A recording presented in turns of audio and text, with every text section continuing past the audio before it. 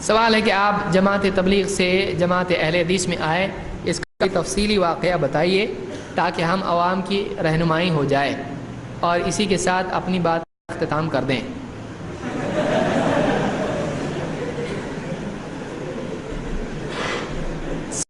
وقت بہت ہو چکا ہے اور 10 بج چکے ہیں، تو دیکھیے ابھی اس میں تفصیل میں جانے کی کسی کی آپ بھی تھی، کوئی کسی کے لیے رہنمائی نہیں ہوتی ہے۔ ہاں یہ کہ کسی کے لیے حوصلہ افزائی ہو سکتی ہے۔ ہم لوگ تبلیغ جماعت میں تھے اور کام کرتے تھے، جماعت چلا 4 مہینہ 3 دن جو بھی ہم لوگ جاتے تھے، پھر کچھ شبہات ذہن میں آئے فضائل اعمال پڑھ کے اور کچھ باتیں بیانات وغیرہ سن کے اور کچھ کتابیں دیکھ کر، پھر علماء کے پاس، بعض علماء کے پاس ہم لوگ گئے، میں گیا اور ان سے سوالات پوچھے، انہوں نے جواب دیے، جواب میں اطمینان نہیں تھا بلکہ ڈانٹ ڈپٹ تھی اور دلیل نہیں تھی۔ ایک نہیں 2 3 4 کئی علماء سے میں نے بات کی، جواب نہیں دیا اور اطمینان بخش جواب نہیں ملا، دلیل کی روشنی میں نہیں تھا، بس بڑے بولتے ہیں تو صحیح ہے، ایسا کیسا غلط ہو سکتا ہے، اتنے سب پاگل ہیں، اس طرح کی باتیں تھیں اس میں قرآن میں ایسا ہے، حدیث میں ایسا نہیں تھا۔ لہٰذا پھر میں اپنے طور پر تحقیق شروع کی، مختلف تفاسیر اور حدیث کی کتابیں وغیرہ دیکھی، علماء سے بمبئی وغیرہ کے کچھ لوگوں سے ملاقات ہوئی اور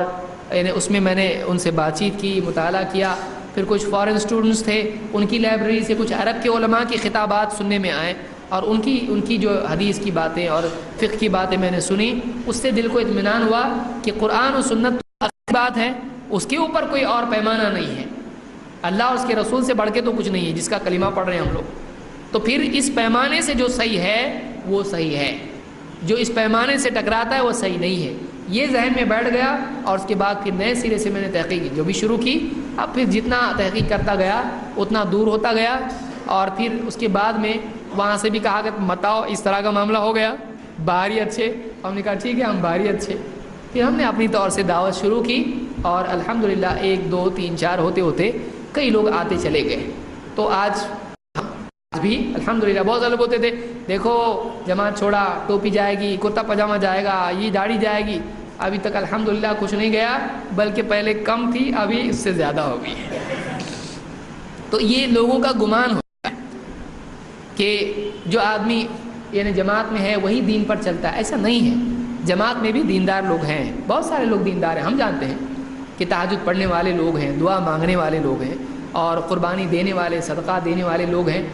ہر طبقے میں ہیں، صرف تبلیغی جماعت میں نہیں ہے، بریلوی طبقے میں ہیں، بریلوی حضرات میں کیا تہجد گزار نہیں ہیں، ان میں دعا کرنے والے، اللہ کے آگے رونے گڑ گڑانے والے نہیں ہیں، تقوی والے نہیں، میں خود ایسے لوگوں کو جانتا ہوں کہ جو بہت پرہیزگار لوگ ہیں، درگاہوں پہ جاتے ہیں لیکن وہ یعنی حلال و حرام کے اعتبار سے بہت پرہیزگار ہے، عقیدہ ان کا غلط ہے، لیکن ایسے لوگ آپ کو ملیں گے، نیک دل لوگ آپ کو ہر جماعت میں ملیں گے، لیکن صحیح صحیح ہے اور غلط غلط ہے، ان کی صحیح بات کی وجہ سے ان کی غلطی صحیح نہیں ہو جاتی، اور ان کی غلطی کی وجہ سے ان کی ساری خوبیاں غلط نہیں ہو جاتی ہیں، تو لیکن مجموعی حکم یہی لگے گا کہ صحیح نہیں ہے، اسی لیے ہم نہیں ہیں وہاں پہ، مجموعی طور پر یہی حکم لگے گا، تو کیونکہ ایک آدمی جب جاتا ہے اور کسی ایک جماعت میں حصہ ہو جاتا ہے پھر وہ باہر والوں کی بات سنتا ہے نہیں، یہ اہل حدیث ہیں کہ جو کہتے ہیں بولو تمہارا کیا ہے ذرا ہم کو بھی سننے دو، آدمی سنتا ہے اور ہم بھی بولتے ہیں بھائی جاؤ سب کی سنو، جس کی صحیح لگے اس کی مانو، بشرطے کہ کتاب و سنت کی روشنی میں ہو اور وہ بات حق ہو، جس کو جو چیز سمجھ میں آئی وہ مانے۔ تو ہمارا یہ طریقہ، لوگ جماعت میں جاتے تھے، پھر بات کی علماء سے جواب نہیں ملا اور اس کے بعد میں پھر وہاں سے کئی مسائل بھی آئے، اور اس کا میں تفصیلی ذکر کرنا مناسب بھی نہیں سمجھتا ہوں، کسی جماعت کو ٹارگٹ کرنا ہمارا مقصود نہیں ہے، آج امت میں سب لوگ کام کر رہے ہیں، ہمارا درد یہی ہے کہ کتاب و سنت کی روشنی میں کیوں نہیں، کام ہی کرنا ہے نا، کہ ایک آدمی بول رہا ہے کامیابی 100% نبی صلی اللہ علیہ وسلم کے طریقے میں ہے، باقی سارے طریقوں میں 100% ناکامی ہے، تو اس کو کیوں نہیں اس کی روشنی میں باقی ساری چیزیں طے کی جاتی ہیں، ہمارا درد یہ ہے۔ تو اہل حدیث کے یہاں آنے میں ہم کو اطمینان ہوا کہ بھائی یہاں پہ کوئی آدمی غلطی بھی کرتا ہے تو وہ دلیل نہیں بنتا ہے، اس کی بات غلط ہے، لیکن وہاں ایسا نہیں ہے، ارے اتنے بڑے ان کی بات الٹی بھی سیدھی ہوتی ہے، تو ایسا ہمارے یہاں پہ نہیں ہے، کوئی عالم اگر غلط بات بولتا ہے دوسرا عالم، دوسرا بلکہ بعض اوقات طالب علم بتاتا ہے کہ نہیں آپ کی بات صحیح نہیں ہے، یہ امت صحابہ کا طرز تھا، یہ قیامت تک کے لیے ضروری ہے۔ تو آج میں سمجھتا ہوں تبلیغی، دیوبندی، بریلوی جتنے بھی ہمارے بھائی ہیں ان میں بہت سارے اچھے لوگ ہیں، اور اہل حدیث میں بھی اچھے ہیں، برے بھی ہیں، ان میں بھی اچھے ہیں، برے بھی ہیں، لیکن منہج جو ہے وہ اہل حدیث کا صحیح ہے۔ آپ کو آج تک جو سمجھ میں آیا وہ یہی کہ بغیر طرفداری کتاب و سنت کی روشنی میں بات قبول کی جائے، وہ ہم نے یہیں سے سنا۔ یہ منہج ہم کو اینڈ میں آ کے یہاں پہ ہمارا جو ہے ناؤ ادھر رکی ہے، یہ ایسا، اس سے بہتر کچھ نہیں ہے۔ اللہ اس کے رسول سے بڑھ کے اور کیا بہتر ہوگا، اس سے بہتر کچھ نہیں ہے۔ اللہ تعالیٰ ساری امت مسلمہ کو آپس میں متحد ہونے کی توفیق عطا فرمائے، جماعت کے جھگڑے پہ لڑنے سے بچائے، اور ایک دوسرے کی بات سننے والا ہم کو بنائے۔ بھائی آپ اپنی بتاؤ، ہم سنتے ہیں، بیٹھو، ہم 1 گھنٹہ بیٹھ کے سنتے ہیں، بتاؤ ہم کو، میں اکیلا سننے کے لیے تیار، بتاؤ مجھ کو۔ آج بھی میں سننے کے لیے تیار ہوں۔ آج بھی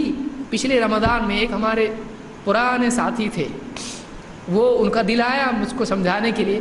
میرے گھر پہ آئے اور بیٹھ کے انہوں نے بات کی۔ میں نے کہا آپ کیا حساب سے آئے ہیں؟ کہا کہ سمجھانے کے لیے، میں بس ملاقات کے لیے آیا ہوں۔ میں نے کہا آپ اپنی پوری بات کہو، مجھ کو کوئی اعتراض نہیں ہے، لیکن ایک شرط پہ میں بھی بات کروں گا،